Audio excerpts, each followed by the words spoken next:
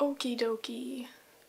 I want to see the levels. Hi everybody, my name's Victoria and we're going to talk about some of the things you see in other people that you could learn right now. Now, some of the things people look at me and say, oh, how do you do that? Or how do you do this? Or are you just naturally that way? Stuff like just having like ambition or being organized or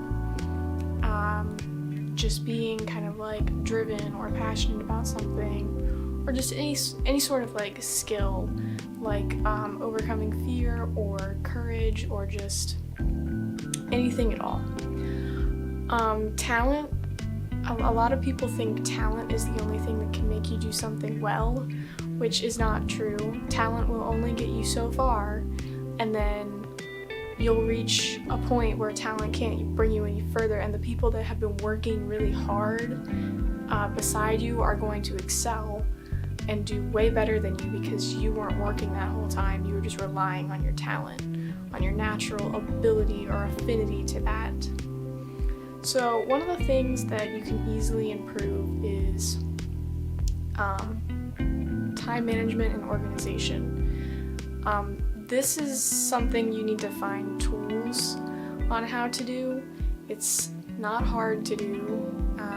It comes with practice, as everything does. You can start that right now if you're not very organized. Make a list, find a planner, make a whiteboard, maybe find an app on your phone or your tablet that you could do it on.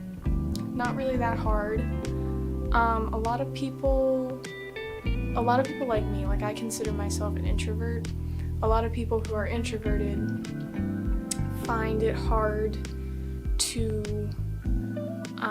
interact with other people on a normal basis because we usually avoid that because that makes us tired. And a lot of introverts have a hard time socializing. And for a long time I didn't think I was very charismatic, or I didn't interview well, or I didn't kind of like talk to people easily. That's harder to get used to, but the way I did it is I just started talking to people randomly and just kind of stepping out of my comfort zone every so often, to a point where that kind of thing just came naturally. Some other stuff you might think is just like a natural affinity is like ambition, like having that drive to want something, and to an extent that is something people can have as a personality trait, but I think you can teach that to yourself. You just have to look at the end goal. You have to find out what motivates you and just kind of right off of that, and that's how you could become a ambitious person. Just find out what motivates you and then use that to really drive yourself to do something. I firmly believe that everything can be taught. A lot of people, like musicians for example, there are people who have a natural affinity to it, and then they go so far and then they start working towards it, work at it, because talent only takes you so far. But that's one of the skills that's most obviously you can work at and get better at. The same thing with like math or anything in school. You could suck at grammar, but you could work really hard at it, and you'll eventually get to a point where something just snaps, just like it's like a flip of the switch, and everything will change and you'll understand it all completely. I know that's hard to believe, but that's what happened to me. I was terrible at English, reading, pretty much a lot of things. When I first started school, back in first grade, when we first started learning how to read, I could not read for shit. Like, there was something that happened to people over summer with reading that just didn't happen to me. And it showed, and the teacher was kind of concerned. She was like, oh, we might have to hold her back and everything. And my mom was not having it, let me tell you. So after that, we read every night, and I would get frustrated and I would get fed up over it. But eventually I reached a point where it just came naturally, and I love reading. I don't read very often anymore because I don't find time to. But I used to love reading. I would read all the time, and I was pretty fast at reading too. Another part of that was I was terrible at grammar, and that fix actually came later on. So in high school, I took 2 years of Latin as my language requirement.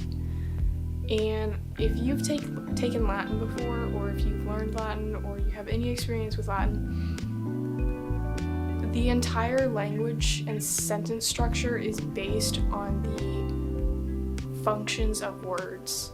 So is this the subject? Is this the verb? Is this the direct object? Stuff like that. Stuff that is directly related to English grammar. And I was terrible at it for a long time, and then something just happened, and it really clicked for me, and that was Latin for me. Latin really drove that home in my mind on how to do that. Anyway, my point is that if you take something that you want to do and you see other people doing it and you think it's just natural talent, it's not. Number one, it comes with time and it comes with practice. Literally everything does. What you need to do is you need to find what you want to do, or figure out what it is, what skill it is that's going to lead you to whatever you are pushing towards. And you need to look at other people who have achieved what you want to achieve, and you need to look at what they did, whether it be practicing what it was, researching, or reading up on materials, or apprenticeships, which aren't very common anymore, but stuff like that. You need to see what they did, and you need to go and do it. You can't just sit here and do nothing and expect some magic fairy will come over here and will help you out. That's not going to happen. You need to go out and do it, and you need to try as hard as you can. You need to put as much effort as you can, whether that be asking questions, failing. You have to realize that failure is a part of this too. Failure is our biggest teacher. Don't be ashamed to fail. I know society puts a lot of pressure on people on that, but failure is not a bad thing. Failure forces you to learn, and it forces you to deal with things that's going to happen in life. Because your life is not going to go perfectly. You are going to fail sometimes, and it might be a really bad failure, and you might be broke, or you might be homeless, or all those things that people generally don't think are positive or good things about life. That might happen, but you need to figure out how to overcome those sorts of things. And that's where failure comes in. You need to learn how to overcome failure in whatever form that it comes in. Whether it be in the classroom or in your job, in your career field, whatever it is, failure is not your enemy. It is your best friend. It's hard to accept, but it is true. Moral of the story: everything can be taught, so don't go thinking that you can't be extroverted, or you can't talk to people, or you can't draw, or you can't sing, or anything like that. Everything can be taught. The human brain is pretty ridiculously amazing, and you might have an affinity towards something, but if you really want to learn how to do something, you can put your mind to it, and you can practice, and you can learn it, and you can be good at it. It just takes time and patience, something that is somewhat in low supply these days. People aren't patient.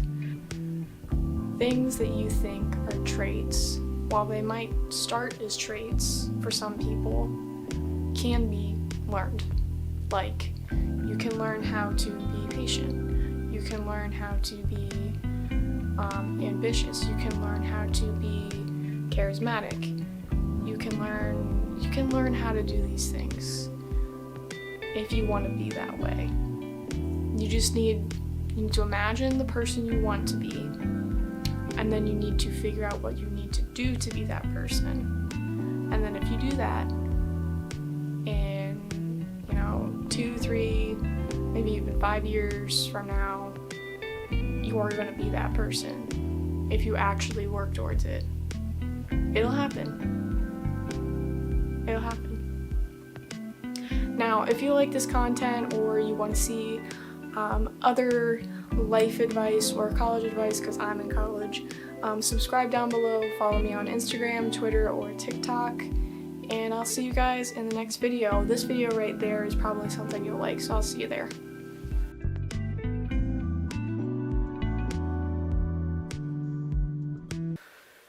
I have to tell you, there were some people out in the hallway before I filmed this, and I had everything set up, and I didn't want to film it with them out in the hallway because I was afraid that they were going to hear me